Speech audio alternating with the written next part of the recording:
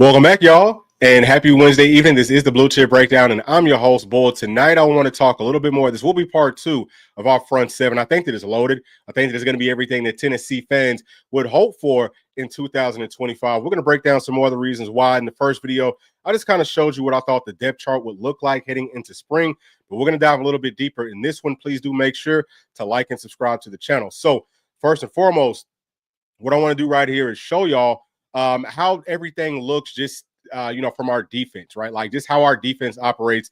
How do we run things? Okay, so first and foremost, if you're looking up in the top left, you're going to see the defensive keys. That's just basically talking about, again, kind of like the foundation of our defense. So number one, we run a 3-3-5, 4-2-5 hybrid.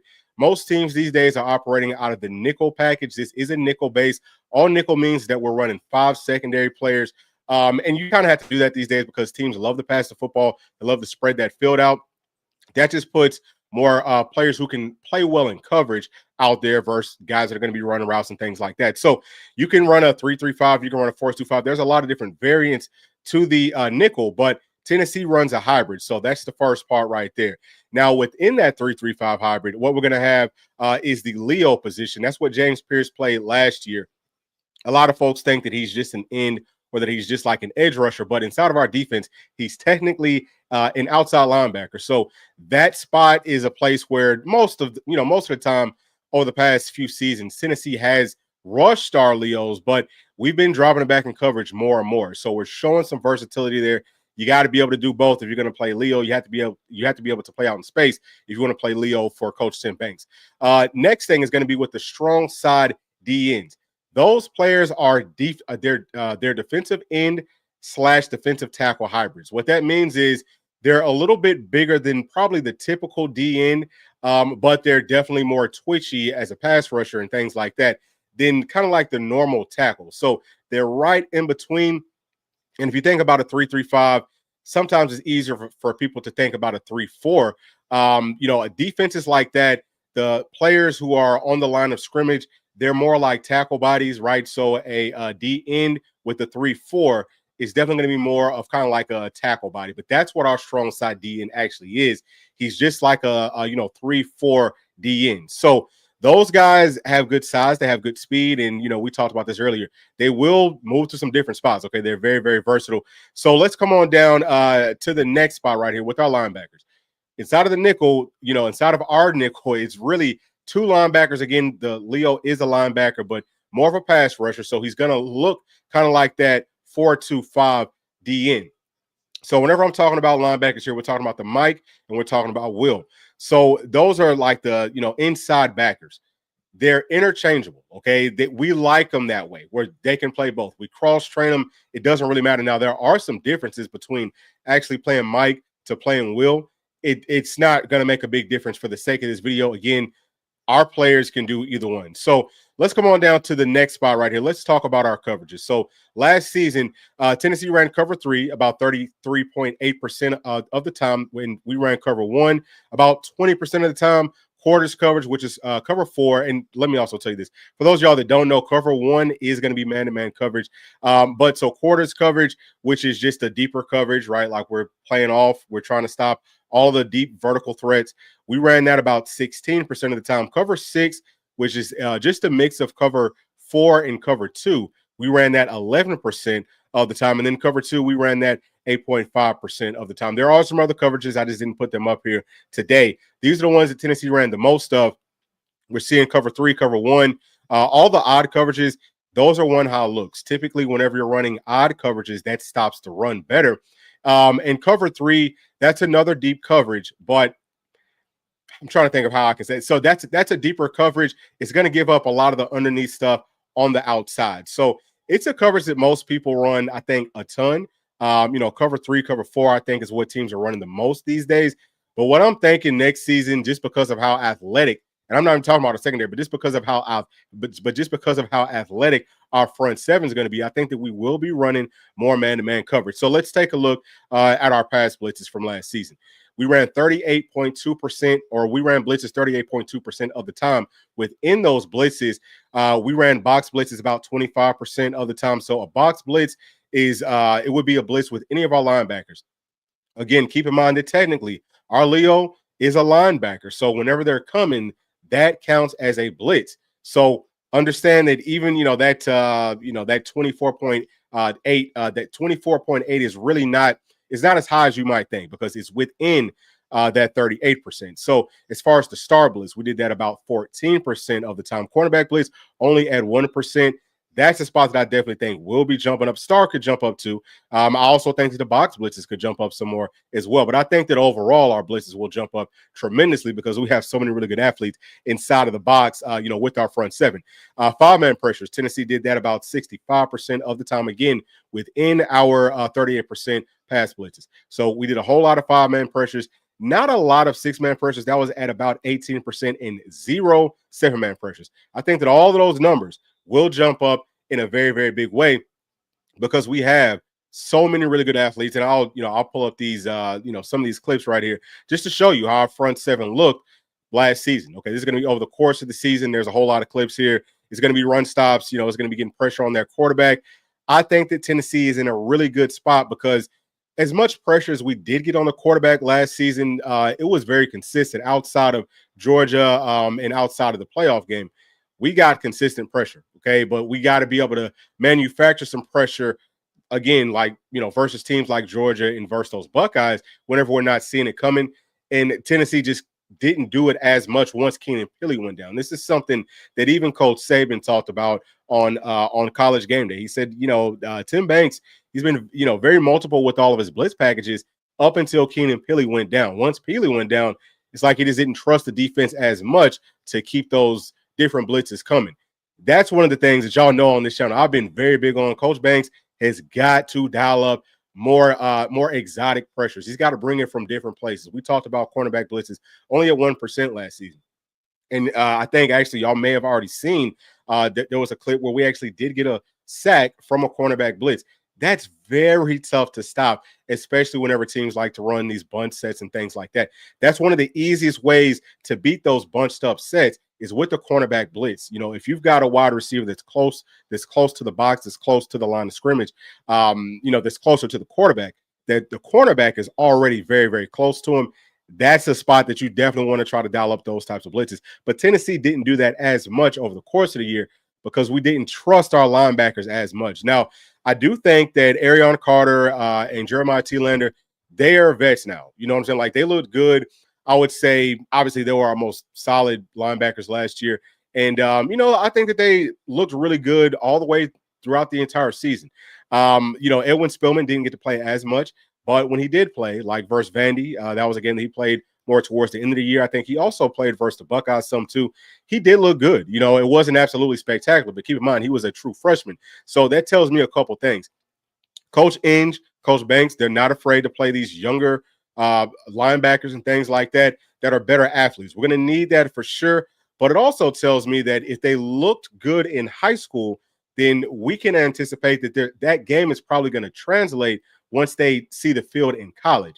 So there are some players that I think look just as good, if not maybe better than Edwin Spillman did, coming out of high school. So we can anticipate that they would more than likely come in and be able to help us out on the field, being better athletes. So going back to Keenan Pili, once he goes down, what Tennessee loses is a guy that can do it all. He can play coverage. He can blitz. He knows what's coming. He plays the run very, very well. And I just don't feel like Coach Banks necessarily trusted Arion Carter and Jeremiah as much once Keenan Pili went down. Kind of felt like he wanted to trust his front four to get some pressure. And, hey, we're just going to kind of, let these linebackers play more help ball instead of putting them on islands. That, I think, is a big part of the reason that we did not see as much pressure versus teams like Georgia and versus those Buckeyes. So let's pause from this for just a second. Let me bring this back up for y'all. Let's talk about some of the players within our front seven, because there are a few here that I think are extremely, extremely versatile. We'll start off with our strong side in. So number one, Tyree West. He was probably our best strong side in last season. He can play, he can play outside, he can play inside, and he's got really good size, very, very twitchy. Does a great job versus the run, stops that beautifully. That's his first job. But even getting after the passer, he's one of the best, or at least last season, he was one of the best on our team. Only expecting for him to get even better. Think back to that Citrus Bowl when he really started to come on strong. I don't know how many sacks that he had in that game, but a whole lot of pressures. I am anticipating that he's going to get even better this year, and that's going to help out with everything. Okay, so we're talking about pass rush, all that. I don't know how much he's going to drop into coverage, but I think that he is a good enough player that you could drop him into coverage some. Again, I think that he's going to be, more of a just hand inside of the dirt, coming after that pass or stopping a run sort of a player. Don Bailey might see him play a little bit more at DT this season, just because I think that he might have more upside there, and we need more help there, as opposed to playing at strong side end. I think that Tyree Weathersby, loved him coming out of high school. Obviously, he had that hip deal, came back, looked a step or so slow, but I'm actually kind of thinking that we might see more Tyree West. We might see more of Tyree Weathersby to really rotate in right there. And Weathersby is a guy that can most definitely play out in space. Again, that position, we're not expecting for them to do too much dropping back into coverage, but I think that there's enough versatility there that they can most definitely do it. Carson Gentle, he's looked good. Lindstrom, we got to see how both of those players are going to look coming up in spring. But, I think that those are two players that you can trust. Maybe even more so Lindstrom. To me, Lindstrom probably would be better out in space. But Carson Gentle, he played like a real, inside of the box, like a real inside linebacker some in high school. So he is used to playing out in space, obviously different level. Jaden Lofton, we talked about him before. He's extremely versatile. Don't know how quickly he's going to be able to see the field, but he's a guy that can for sure drop into coverage. He's a really good athlete. He actually might need to be over there with those Leos, and we might need to switch Marion Dye over here to the strong sidings. But either one of those players could play at either one of those spots. We'll see where the team needs them at the most. So right now we're talking about a lot more versatility just with our strong side ends, because last season, I want to say that Don Baylor was our starter. And then Tyree West might have came in second, but he also might have came in third behind Jason Jenkins. Jason Jenkins is not a space player by any means. Really, Don Bailey isn't that either. Now that we've got some younger players that have come up inside of our system, Coach G, Coach Banks, everybody should feel a lot more comfortable if we have to do it to play these guys in coverage and give the offenses some different looks. Now let's talk about tackles. Whole lot of speed here. Definitely not as much size as we had last season. Maybe the two closest or the three closest players to the size that we had from guys like Big O and Big E would be Jackson Moy. He's probably about 10, 15 pounds lighter than both of those. Well, I'm going to say, shoot, I mean, I think that the Big E might have been about 340, 350. We don't have anyone that's really anywhere near that. But I think that Wallace could maybe get up to that spot. Charles House, he's probably going to be well over 300 pounds, probably about 320 or so. So we're talking about a tackle room that's not going to have as much size, but we could, again, utilize that speed. We've got a lot of versatility, okay? We talked about how some of those ends could rotate in and play at tackle. Well, we've got a lot of tackles that I think could rotate and play in. Bryson Easton's definitely one. David Hobbs is definitely one. Campbell for sure is going to be one. I think Ethan Utley is another one that we can rotate in at different spots and have some different pressure packages, based off the down distance and things like that. Now, something else that, I don't want to bury the lead here too much, but something else that I think could be coming just based off of the way that the bodies look with our front seven. I think that Tennessee could be trying to maybe move away from the 4-3. And whenever we're talking about more of the, run heavy sets, maybe go to a 3-4. And I actually think that a 3-4, and excuse me, I got a call coming, but I actually think that a 3-4 these days might be better than running a 4-3. Football is so cyclical. Like, we know that whenever Nick Saban came to Bama, he was running a whole lot of 3-4. That's a really good defense versus passing teams and things like that, because you can bring the pressure from a lot of different spots. I think that we've got the bodies up front to be those down linemen that you would want inside of a 3-4. Again, that would explain why Tennessee's running that 3-3-5. So let's move on over to the Leos. I mean, y'all can see, dude, in that freaking blue chip ratio for them at 100%, a ton of talent inside of that room. And I think that it's actually going to be more talent than we had last season. I sincerely do, because obviously we've got Joshua Josephs coming back, who did a good job, I think, in stopping the run. He also did a good job of getting pressure. Didn't really close. One of the things that I'm definitely looking for coming up in spring are the closers. Who can close? Don't just, get close to the quarterback. Close and make the sacks, make the plays. I think that Joshua Josephs can do that. This is going to be his fourth season with us. So, he should be ready to step up, from all of those types of standards. Then next we have Jordan Ross. And I said this earlier. I think that he could end up being the best defensive lineman this season on this team. I think that he has more of an upside than James Pierce did. He is a superstar stud. He can play strong side DN as well.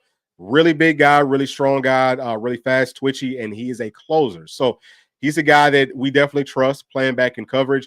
But I think that, it really doesn't even matter. Like, you could line him up almost as like a, true middle linebacker. Like, he's that sort of an athlete. So I love that. I think that that's going to make a huge difference with Tennessee's pass rush, with Tennessee's defense in general. Then we have Caleb Herring, who I think looked good last season. Wasn't the best verse to run. Again, it needs to work some on closing. But, man, I saw him beating people off the snap just quick. So he has that in him. He's only going to get better. He actually gained a lot of weight. I want to say he might have gained about 30 pounds from the end of 2023 to the start of 2024. Gained a whole bunch of weight. So he might have been a step slow. Now that he's going to get more used to that weight, expect for him to be big, fast, strong, and he could end up being maybe Leo number 2. I have no idea how that room's going to play out, but I think that Jordan Ross really could end up being Leo number 1 for us if it wasn't for guys like Joshua Josephs being one of the veterans. But then, we also have Marion Dodd coming in as a true freshman. Y'all know that I love him. He's another one. He can do it all. Literally, he can play out in space beautifully. Just extremely high level athlete. And then right here at number 5, we have Emmanuel Okoye. We'll see how he looks. I think that he looked good in spring. He did some really nice things. He's super strong. He might not look it because he's so long and he's looks a little thin, but I saw him blowing people up with one arm. And if he can put it all together, that room is extremely deep. Again, I don't know if he would be one that we would necessarily trust to play out in space as much, just because he's got to get used to moving around from a football perspective. His movements don't look necessarily like a player that's played for years, because he hasn't. He's still new to it. But if he can pick that up, then yeah, we've got a ton of depth, okay? Whole bunch of depth with players that can do a lot of different things. And that should make our defense a lot more versatile and multiple moving forward. So let me get to a few of these chats real quick. Just tap in with everybody that is joining us. Thank y'all so much for joining us, and thank y'all so much for joining in to the chat. From GBO Kyle Beat saying, I think that T-Lander and Carter both had to improve a lot at pass coverage. Yeah, so we're about to talk about the linebackers here in just a minute. Also from GBO Kyle B saying that a lot of people don't realize how good our defensive line can be next year. We have a lot of good players, 100%. Another one from my dog right here, GBO Kyle Beach, saying that I'm really excited about Josephs and Ross. I think they both can be really dominant next year, 100%. And last one right here from GBO Kyle Beach saying that Okoye is really athletic. 100% he is. Okay, so let me get back to where we was at. Excellent points right there. So let's talk about our linebackers, because I'm very excited. I think that this is the missing piece. This is the missing link, like we just talked about. Once Keenan Pili went down last season, we didn't have that much depth, especially because I want to say that once he went down, maybe Edwin Spillman, they went down within weeks of one another, and we just didn't really have as much depth. I love the guys that we had. A couple of them that actually left. I thought that they were really good players, but they weren't near the caliber of athletes that we have coming in now from the underclassmen ranks. So Arion Carter and Jeremiah T-Lander, I've got them both playing at Mike, and I've got AC getting the start, but they could both start. I could see that happening, especially early on in the season, just like Kyle just said. They do have to get better with their pass coverage. Now, Arion Carter was a lot better in pass coverage than Jeremiah T-Lander was. Both of them got better over the course of the year. You can think back with AC versus Florida. Does a beautiful job getting to a spot. I think that was cover 3. He drops to the perfect spot, gets that pick. I would expect a lot more of that. Same thing that, we talked about with some of these other players, right? With AC and with JT. As freshmen, obviously AC didn't play as much. JT got to play even more. But I think that they came in a little bit too heavy, both of them. And they cut the weight from year 1 to year 2. They looked a lot better out in space. But I think that in year 3, they should feel even more comfortable, right? Because the longer that you get to carry, more weight, then the better that you should be able to move with it. Also, obviously, they've seen a lot more, right? Like, they've been inside of our system more. So I would expect that they will be guys that can make plays, that will understand what's coming. Sometimes you don't have to necessarily be the best athlete to make plays on a football field. If you know what the defense, or if you know what the offense is trying to do, then you can kind of beat them to the spot just based off of your knowledge of the game. And I think that that's a spot where both of them would for sure be able to get better at. And, I think that they will. But, I'm expecting some big things out of both of those guys. And I do believe that Coach Banks is going to trust them more the way that he trusted Keenan Pili whenever he was playing, for us to dial up some more different blitzes and things like that.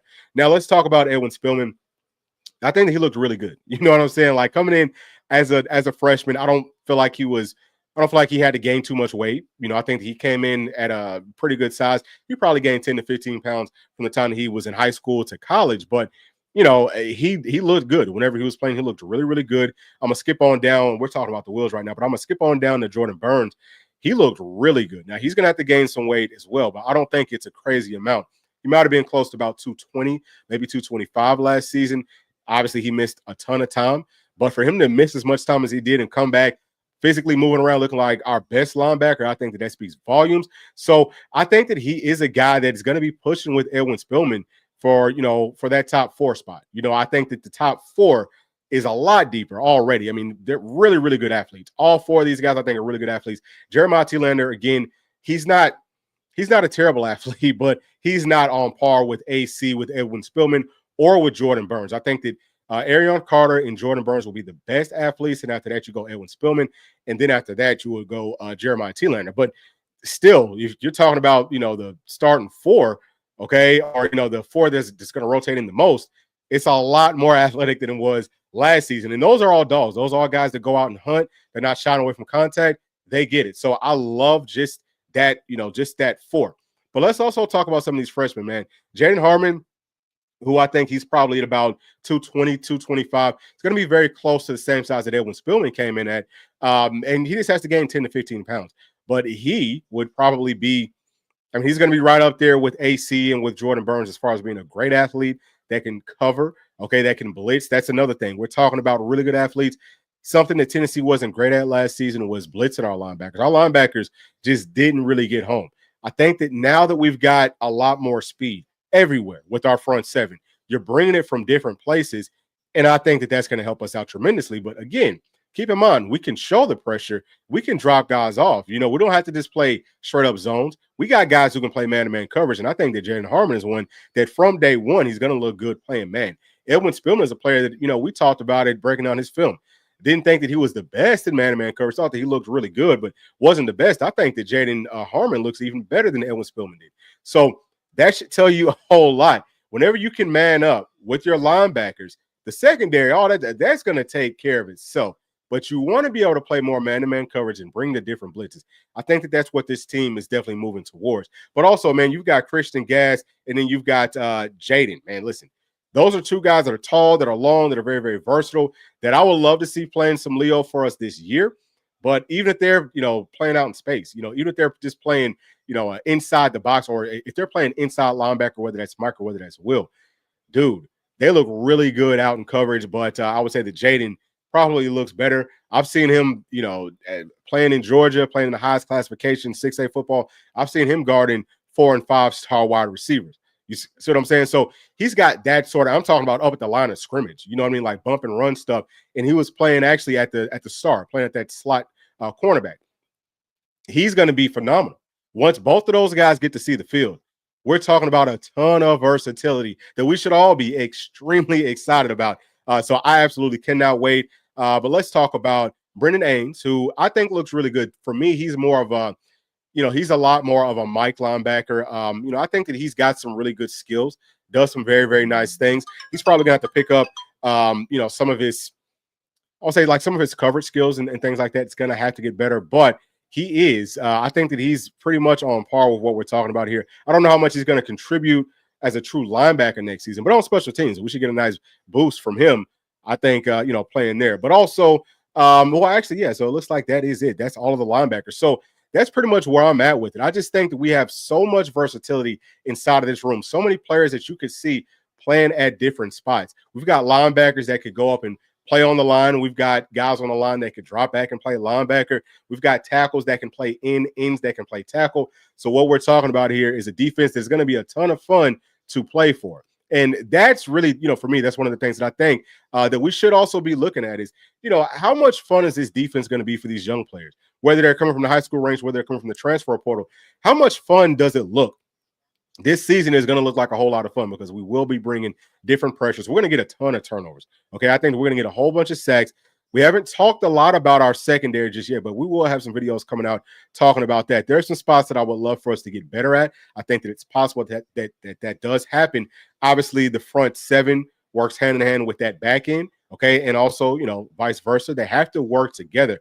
But it all starts with the front seven. If the front seven is dominant, if the front seven gives you a whole lot of leeway, if you can be versatile with those guys, then man, you can confuse the heck out of these offenses. Because what we've seen on a very consistent basis is that these quarterbacks, man, like they're not NFL quarterbacks. So if you bring a whole lot of pressure, if you hit them early and often, then as good as their numbers might look heading into that game, it ain't going to look the same if you keep on pressuring them. So I think that that's what the game plan is. Actually, if you think about Coach Banks, whenever he first got here, that was the game plan, but it was for a whole different reason. It was, well, we don't have that much talent, so we got to bring a whole bunch of pressure.